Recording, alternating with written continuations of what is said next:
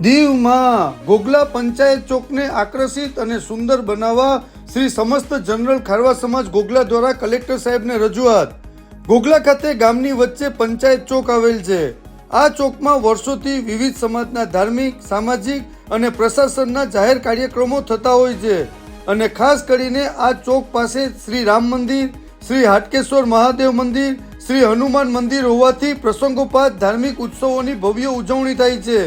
મોહરમનો જુલુસ પણ આ ચોકમાંથી જ પસાર થાય છે અને નવરાત્રિમાં માતાજીના ગરબા જેવા ઉત્સવો પણ આ ચોકમાં જ ઉજવાય છે, જેથી ઘોઘલા સમસ્ત જનરલ ખારવા સમાજના પટેલ શ્રી જીતુભાઈ દિવેચા, માજી પટેલ શ્રી ભરતભાઈ બામણિયા, મ્યુનિસિપાલિટીના ઉપપ્રમુખ શ્રીમતી કરુણાબેન, સમાજના અગ્રણી રવિભાઈએ દીવ કલેક્ટર રાહુલ દેવ બુરા સાહેબને આ પંચાયત ચોકને સુંદર અને આકર્ષિત બનાવવા રજૂઆત કરી।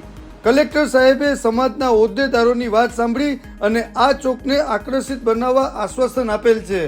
હું શ્રી સમસ્ત જનરલ ખારવા સમાજના પટેલ જીતુભાઈ દિવેચા આજ રોજ અમે લોકોએ જિલ્લા કલેક્ટર સાહેબ રાહુલ દેવ ગુના સાહેબને એક રિક્વેસ્ટ લેટર આપ્યું છે, જે અમારે ઘોઘલામાં એક જે પંચાયત ચોક છે એ ખૂબ જ મહત્ત્વનો ચોક છે, કારણ કે એમાં દરેક સમાજોનો વિવિધ ધાર્મિક કાર્યક્રમો છે, સામાજિક કાર્યક્રમો છે, કે પછી કોઈ પણ પ્રશાસનિક કાર્યક્રમો ત્યાં થતા હોય છે।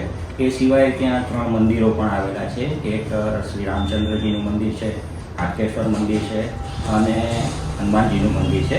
એટલે અવારનવાર પ્રસંગોપાત ત્યાં બધા તહેવારો ઉજવાતા હોય, જેવા કે જન્માષ્ટમી છે, રામનવમી છે, પછી આપણે આ નવરાત્રિના પણ ત્યાં ગરબાઓ રમાતા હોય છે। એ સિવાય ઘણી દરેક સમાજોની શોભાયાત્રાઓ, ધાર્મિક જે પણ શોભાયાત્રાઓ હોય છે એ આ ચોકમાં થઈને જ પસાર થતી હોય છે, જેવી કે કૃષ્ણ જન્મ વખતે, પછી હોળાષ્ટ વખતે અને મોહરમ જેના તાજિયા પણ આ જ ચોકમાંથી પસાર થતા હોય છે। એટલે એક આસ્થાનું પ્રતીક એવો આ ચોક અમારો છે।